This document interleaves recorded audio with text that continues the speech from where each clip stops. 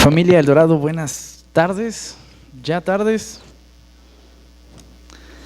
Estamos celebrando, ¿cuántos años de la Reforma? 500 años, muy bien. Estaba preguntándome, cuando celebramos algo, ¿qué celebramos en sí?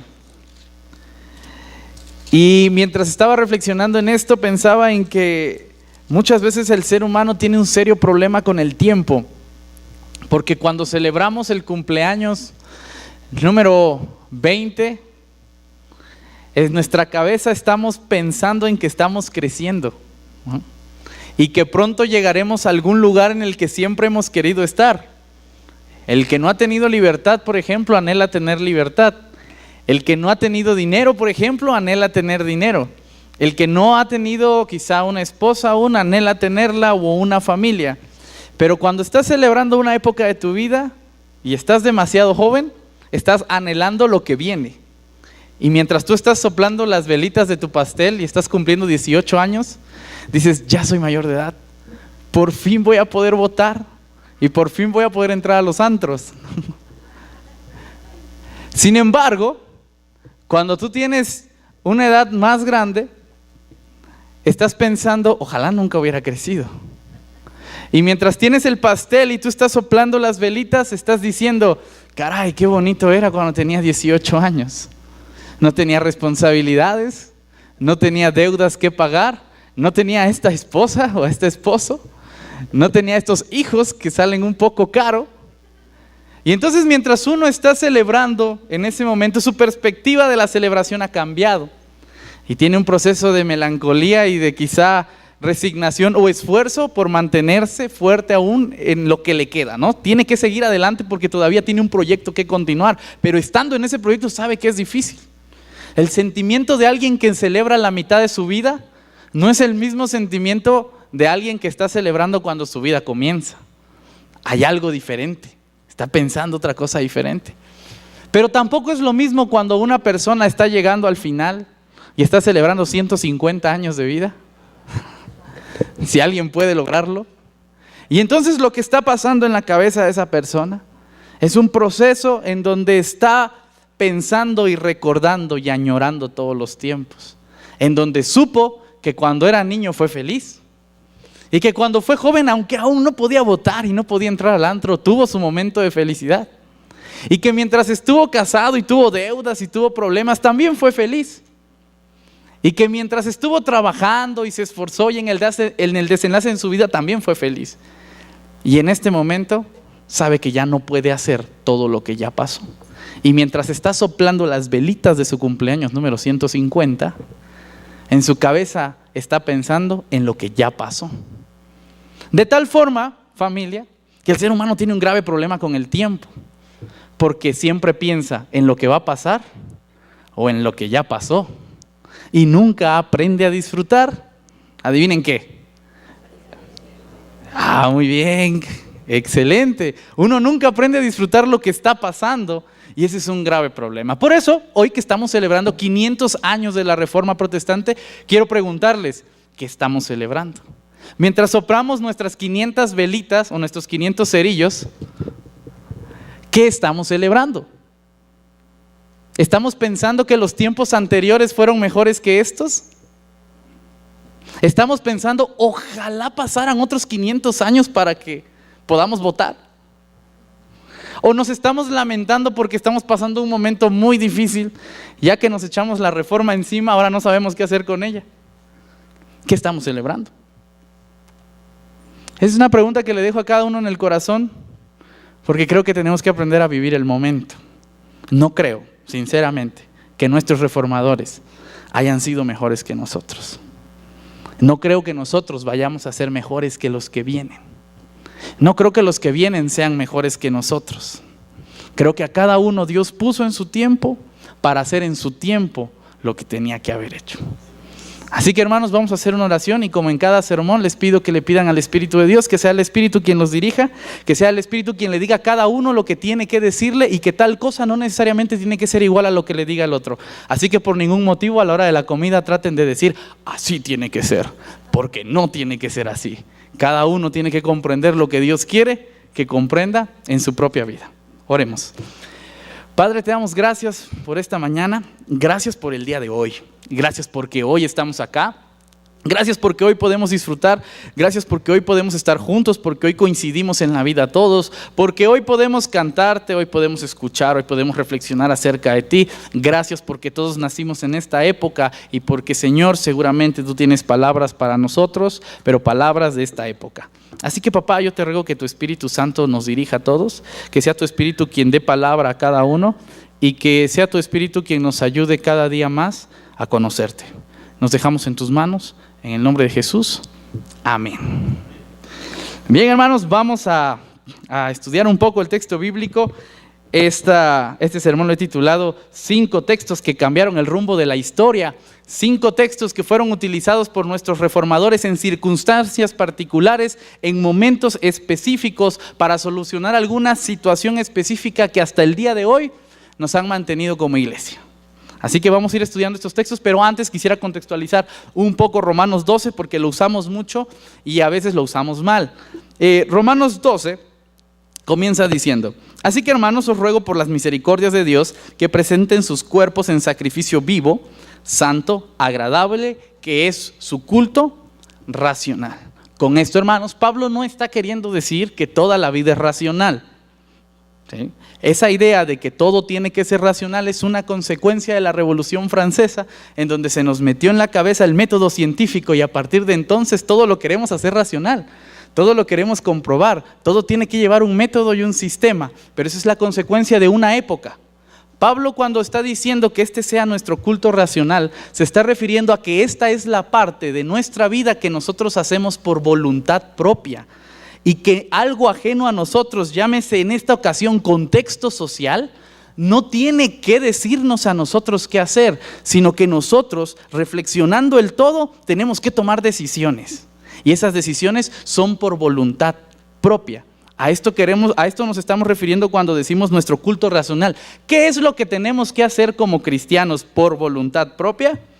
Presentar nuestros cuerpos en sacrificio vivo, santo y agradable a Dios. Y con esto no queremos decir, por supuesto, que vamos a poner una hoguera y que nos vamos a quemar todos, ¿verdad? Porque esto también tiene todo un sentido. Y la idea es que este concepto de sacrificio tiene que ver con lo que el pueblo judío mismo hacía: sacrificar a un corderito que era puro, agradable y sin mancha, para que esto fuera agradable a Dios. ¿Cómo tenía que ser este corderito? ¿Qué proceso tenía que tener? Pues tenía que llevar un proceso desde pequeño hasta adulto. Y este proceso tenía que ser muy bien cuidado. Si había algún defecto en el corderito, ¿qué pasaba? Ya no era algo agradable a Dios. Tenía que tratar de mantenerse lo más puro posible. Hermanos, si algo le agrada a Dios, es que nosotros tratemos de mantenernos lo más puros posibles. ¿Quién de nosotros puede conseguirlo? ¿Cómo? Nadie.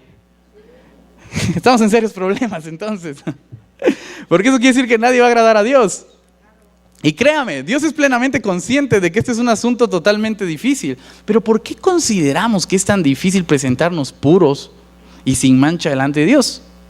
Porque hay una sociedad, hay una cultura que nos vende una idea acerca de cómo tenemos que ser. Y que muchas veces esta idea va en contra de la voluntad de Dios.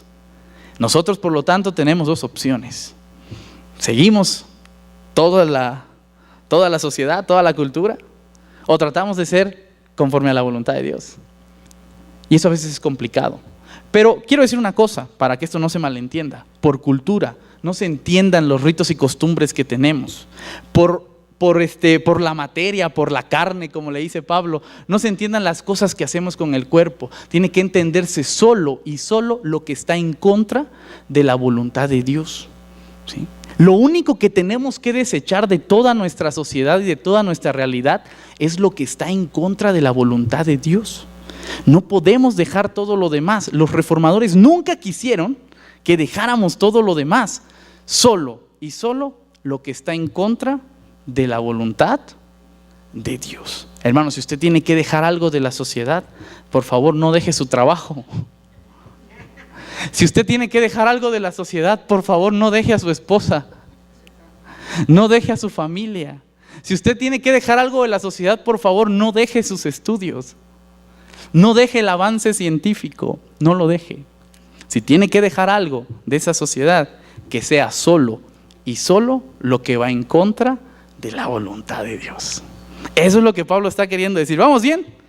Excelente. Vamos a seguir avanzando un poquito más. No voy a leer todo el texto, eso ya lo leímos. Dice: no se conformen a este siglo, sino transfórmense por medio de la renovación de su entendimiento para que comprueben cuál es la buena voluntad de Dios.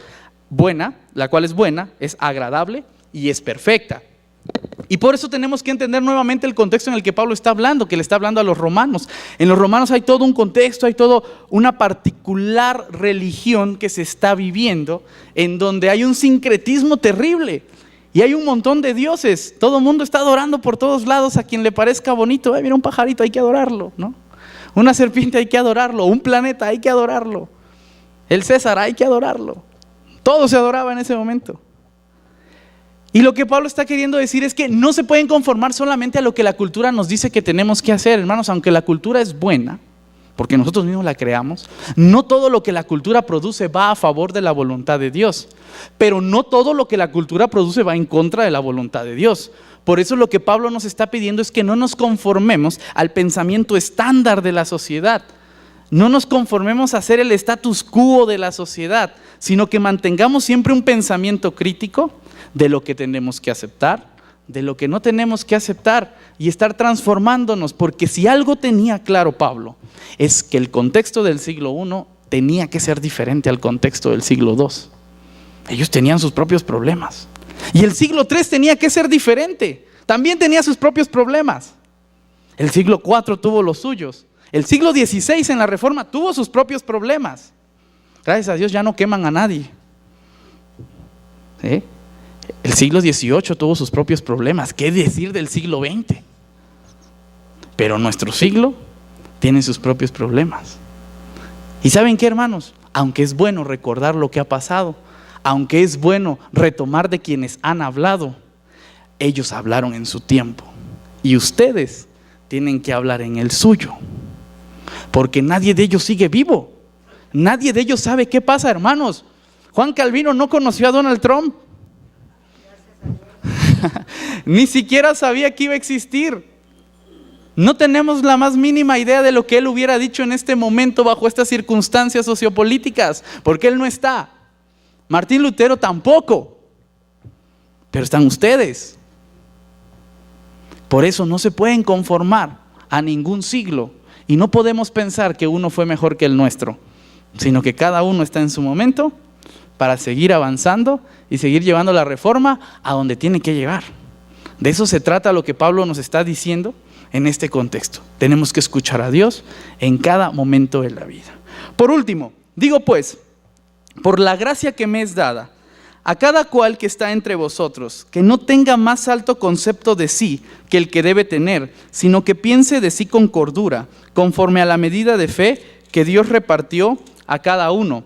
Porque de la manera en que un cuerpo tenemos muchos miembros, pero no todos los miembros tienen la misma función. Familia, yo quiero decirles algo. Todos creemos que el cuerpo es esto. Pero déjame confesarte que el cuerpo no se conforma solamente de los que vivimos ahora, sino que el cuerpo ha existido desde siempre. Desde que el ser humano puso un pie en la tierra y Dios comenzó a hablar con el ser humano, estamos construyendo un cuerpo.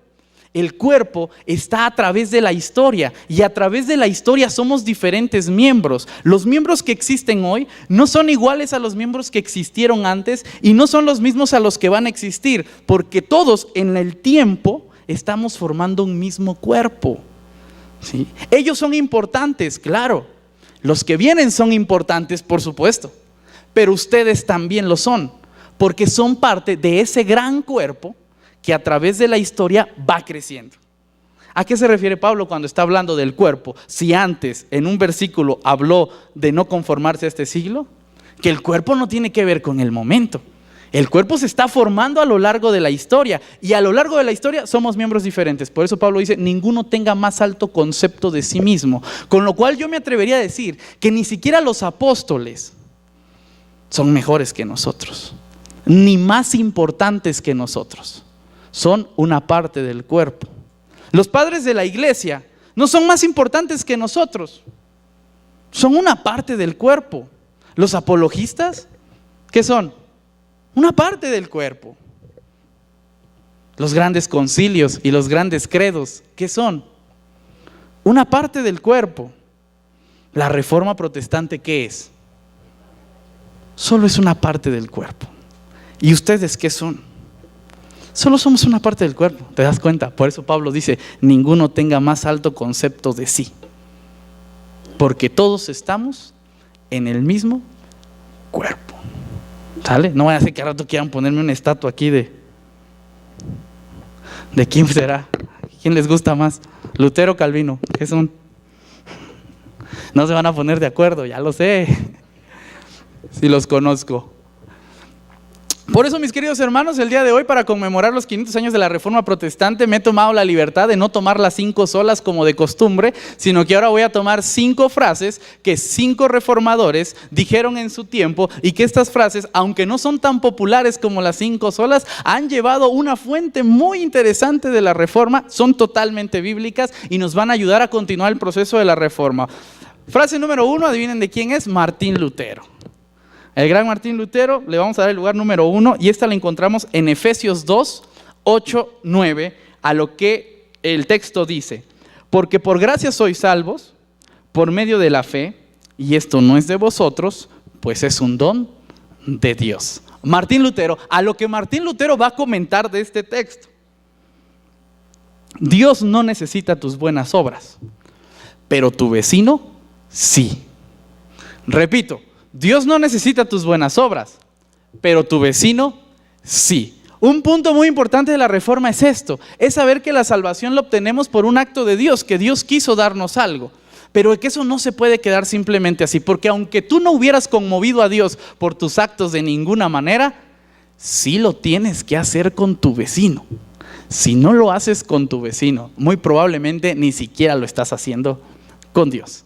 Así que vamos a darle el primer lugar a nuestro queridísimo Martín Lutero, y quiero que esto nunca se les olvide en la vida. Si el cristianismo tiene que hacer algo, es comprender esto. Dios no necesita de tus actos. Hermano, aunque usted se arrodille y se vaya arrastrando de aquí hasta la capilla de rodillas, usted no va a conmover el corazón de Dios con sus actos. Aunque usted sacrifique y dé el 90% de su salario en una ofrenda, usted no va a conmover el corazón de Dios para que sea salvo.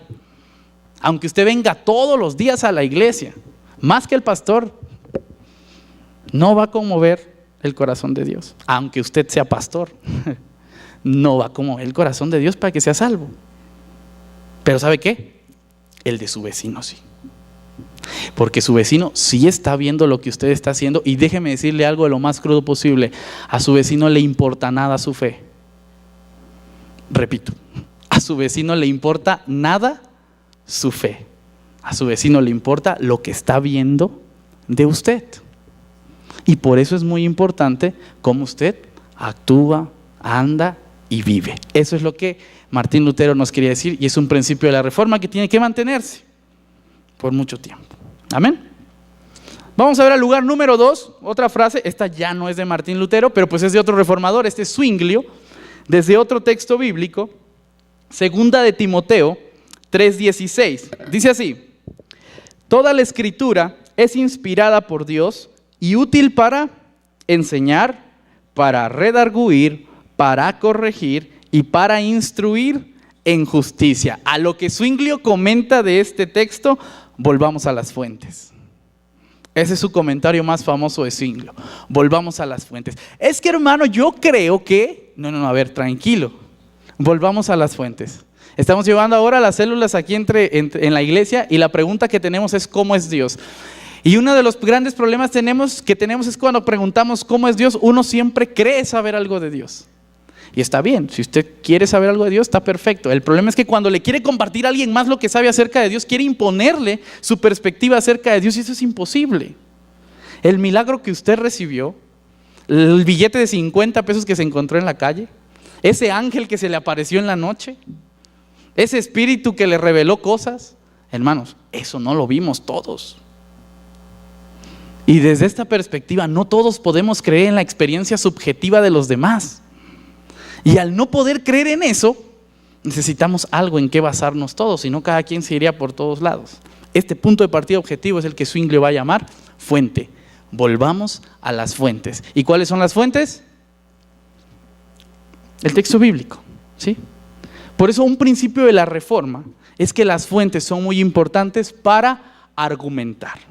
¿Sí? Si alguien quiere argumentar algo, tendrá que hacerlo desde las fuentes. Pero hay otro problema con las fuentes, mis queridos hermanos, que no basta leer la Biblia, por lo menos no en español, porque las fuentes fueron escritas en un idioma ajeno al nuestro. ¿En qué idiomas fueron escritas, se acuerdan?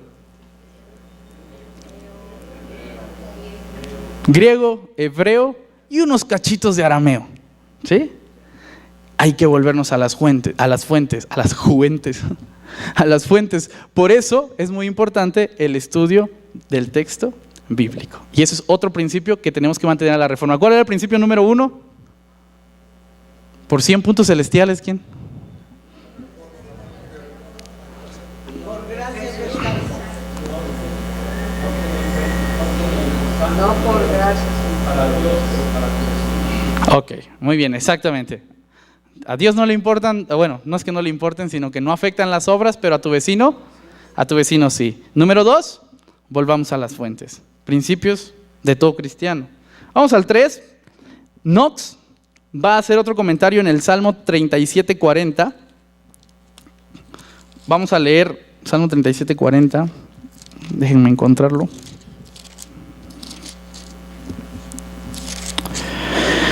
Dice así: Jehová los ayudará y los librará, los libertará de los impíos y los salvará, por cuanto en él esperaron. Ese es el texto que John Knox va a utilizar cuando está enfrente de la reina y lo están a punto de matarlo. Y entonces John Knox, utilizando este texto, va a comentar lo siguiente: un hombre que está con Dios siempre es mayoría. Hay algo que tenemos que entender, que una persona que está con Dios siempre es mayoría. Y que siempre, bajo cualquier circunstancia, si está con Él, tiene que vencer. En el momento en el que John Knox está existiendo, la Reforma estaba a punto de ser aniquilada porque toda la clase política quería eliminarla. Y en ese momento Knox sabe que él no tiene un ejército, sabe que no tiene gente con quien pelear, pero sabe que tiene a Dios de su lado. Y aunque las cosas se vean muy feas, él termina diciendo: una persona que está con Dios siempre es mayoría. Estas situaciones de repente se parecen mucho a las que vivimos nosotros en México, porque acuérdense que es importante conocer la historia, pero también es muy importante conocer nuestro presente, conocer lo que estamos pasando el día de hoy. Y hoy, ante circunstancias en las que creemos que nosotros como cristianos no podemos hacer nada, como la corrupción, por ejemplo, como la inseguridad. La iglesia no tiene proyectos para la corrupción, no tiene proyectos contra la inseguridad, y es por una razón, porque cree que no puede hacer nada. Sin embargo, Knox nos dice: una persona que está con Dios siempre es mayoría. Y el final de la historia, a modo de spoiler, tengo que decirles que Knox termina ganando. Y es así como empieza una iglesia presbiteriana muy fuerte, que ha llegado hasta nuestros días. Principio número 1 es, para que no se duerman, pero tu prójimo sí las necesita. Número 2, volver a las fuentes. Número 3,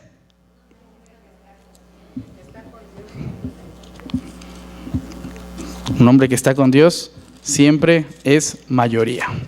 Vamos a ir a la cuarta persona, que también es muy importante, y esta persona es Juan Calvino.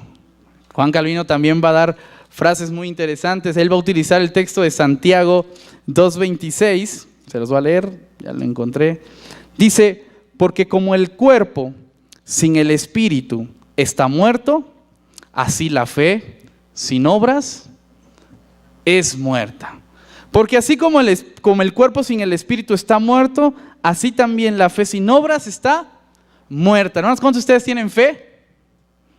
Levanten sus manos seguros. Ahí los va a quemar ya. Ahora sí, ¿cuántos de ustedes tienen obras? Poquitas. Hermanos, no importa si tienen fe. Eso, hay que empezar a desmentir los mitos. Si no tienes obras, no te sirve de nada. Pero es que yo tengo mucha fe, yo creo que Dios un día me va a salvar y me va a... No te sirve de nada. necesitas las obras, porque si no tu fe es muerta, no sirve, no es nada, es un títer, es un trapo. Puede ser muy grandote, puede ser muy chiquito, pero no está viva. Necesita obras. A lo que Juan Calvino va a comentar, escuchen bien: debemos hacer el reino invisible visible en medio de nosotros. Lo que tanto hablamos allá en nuestro mundo ideal, ese gran cristianismo bonito que creemos, ese mundo de justicia, ese lugar en donde fluye leche y miel, ese mar de cristal a donde todos anhelamos llegar, ese idealismo, tenemos que volverlo real. Si no, hermanos, no sirve. No sirve que la iglesia predique de justicia si no es capaz de hacer justicia. No sirve que la iglesia predique de misericordia si no es capaz de hacer misericordia. No sirve que la iglesia predique el amor si no es capaz de amar. Y no sirve que la iglesia predique de perdón si no es capaz de perdonar. Porque si no, vivimos en una burbuja ideal. Todos nos los inventamos y lo peor es que todos nos las creemos. Nos hacemos una psicosis colectiva y todos nos sentimos buenos. Mientras que la verdad es que nuestra fe sin obras está muerta. ¿Cómo vamos hasta ahí? Por último, esto no fue ningún reformador de ese tiempo, pero en el 2017 quisiera comentarles por todo este proceso que ha tenido la reforma, y con esto quiero ir terminando, que la reforma protestante no puede ser un ideal que se quede en el pasado, ni que vivamos melancólicamente recordando lo que ya pasó, sino que necesitamos hacer que esto se vuelva real hoy, con todos los principios que hemos leído, más este quinto que hoy les voy a dar. ¿Cuál fue el número 1? A tu prójimo sí. 2, volver a las fuentes. 3, un hombre que está con Dios siempre es mayoría. 4, la fe sin obras es muerta. 5, esta me la inventé yo, pero quiero decirles que también hay Dios para los millennials. Y que este Dios también está aprendiendo a convivir con lo que sigue, con lo que está pasando. Que este Dios, que creemos que es un Dios barbón, viejo, sentado en un trono, puede ser que en algún momento se convierta en un Dios con un iPhone 7 y que en lugar de escribir un texto bíblico empiece a tuitear y que empiece a dar palabra de Dios al estilo en el que creíamos que no era posible dar palabra de Dios. Y que sin embargo este Dios tiene que empezar, o lo está haciendo, a comunicarse con nosotros hoy. Quiero decirles que ese Dios que abrió el mar es el mismo Dios que está en las redes sociales de manera virtual. Que por supuesto que en el texto bíblico nunca van a encontrar, a ver, ¿dónde dice Dios? ¿Dónde dice que Dios también se puede predicar en el internet? Pues no lo van a encontrar porque Moisés no tenía la mínima idea que era internet. ¿Con qué trabajo sabía que era una vara? No, es imposible, es descontextualización y un gran problema de la iglesia, por lo cual la reforma no avanza y por lo cual todas las iglesias están perdiendo, todas las generaciones posteriores, es porque no sabe contextualizarse, porque tiene una incertidumbre en el corazón del pasado, en donde cree que el pasado siempre ha sido mejor que el presente, y tengo que decirles que eso no es cierto. En donde creen que por tener una arquitectura antigua son mejores, en donde creen que por tener un mensaje del pasado son mejores, en donde creen que por tener música antigua son mejores, en donde creen que por tener ideales y moral de hace años son mejores, en donde creen que por vivir un cristianismo de hace tiempo son mejores. Y Pablo dice que ninguno tenga más alto concepto de sí mismo, porque si ustedes no predican, van a predicar las piedras. Y sí, si quieren, entiendan por piedra a los millennials. Pero por eso quiero terminar con las siguientes frases que he preparado para ustedes. Pero quiero decirles que así como hubo un Dios que habló en los tiempos míticos de Adán y Eva, y hubo un Dios que habló en los tiempos gloriosos del Éxodo con Moisés, y hubo un Dios que habló en los tiempos militares de David, y hubo un Dios que habló en el tiempo del silencio, cuando todos creían que nadie estaba hablando. Así también hubo un Dios que habló cuando los griegos dominaban el mundo, cuando nació Jesús. También hubo un Dios cuando el pueblo se vivía entre el mundo romano e inició la iglesia primitiva. También habló un Dios cuando fue el gran cisma de Occidente, y también habló Dios cuando fue la Reforma Protestante en el siglo XVI. También Dios estaba hablando cuando se dio la Revolución Francesa. Y ese Dios también estaba hablando en la Primera y en la Segunda Guerra Mundial, y por qué no también en la Guerra Fría. Pero ese mismo Dios es el Dios que habla en la virtualidad del día de hoy. Es el mismo Dios que habla en nuestro capitalismo. Es el mismo Dios que habla entre los viajes interplanetarios. Es el mismo Dios que habla en la crisis de identidad que está teniendo esta nueva generación. Es el mismo Dios que tiene que estar hablando entre las guerras nucleares. Es el mismo Dios que habla en el contexto de un calentamiento global. Es el mismo Dios que habla entre los escombros de una ciudad que ha sido sacudida por 2 terremotos. Es el mismo Dios que tiene que hablar en México. Es el mismo Dios que tiene que hablar en el 2017. Y en pocas palabras, es el mismo Dios que nos tiene que hablar hoy a nosotros en El Dorado, en el idioma en el que hoy a nosotros en El Dorado podamos entenderlo. Porque si me habla en idioma del siglo XVI, con su permiso, Señor, le voy a decir que no sea mala onda y que me hable como yo lo puedo entender. Porque si me habla de problemas que pasaron hace 200 años, con todo respeto le voy a decir: Señor, perdóneme, pero eso ya no es parte de mi vida. Ni siquiera sé de qué me está hablando. Porque si sigo pensando en mi cabeza que la evolución es una teoría contemporánea, cuando Darwin murió hace cientos de años, pues voy a decir: Señor, ¿de qué se trata el cristianismo? Si no entiendo nada de lo que me están hablando. Pero ¿saben qué? Esta es mi teoría, que Dios está hablando en nuestro idioma, pero la traductora iglesia sigue queriendo hablarnos en chino mandarín. Y el problema entonces no está en un Dios que habla hoy. El problema hoy está en una iglesia que le molesta el idioma de hoy, que cree que el idioma de hoy no es tan bueno como el clásico español de España, de la Reina Valera de 1960. Hermanos, quiero decirles que si necesitamos principios para la reforma, lo que necesitamos es entender que hoy ustedes son los responsables de la iglesia, y que hoy ustedes son los responsables de lo que hoy Dios diga, y que hoy ustedes son los responsables de traducir el mensaje de Dios al día de hoy, en el idioma de hoy, en el contexto de hoy. Y aunque la Biblia diga que, mas yo os digo, tenemos que seguir con este proyecto de sanar toda la tierra. Y ese proyecto incluye salir de aquí, salir de nuestra tradición, salir de todo nuestro bagaje y nuestra melancolía del pasado, porque ¿qué creen? Todavía seguimos vivos. Y mientras sigamos vivos, este es nuestro tiempo. Así que, hermanos, que Dios me los bendiga. Nos vemos mañana mientras sigamos vivos y continuemos en este proyecto que es la reforma de Dios para todo el mundo y para la integridad de todas las cosas. Amén.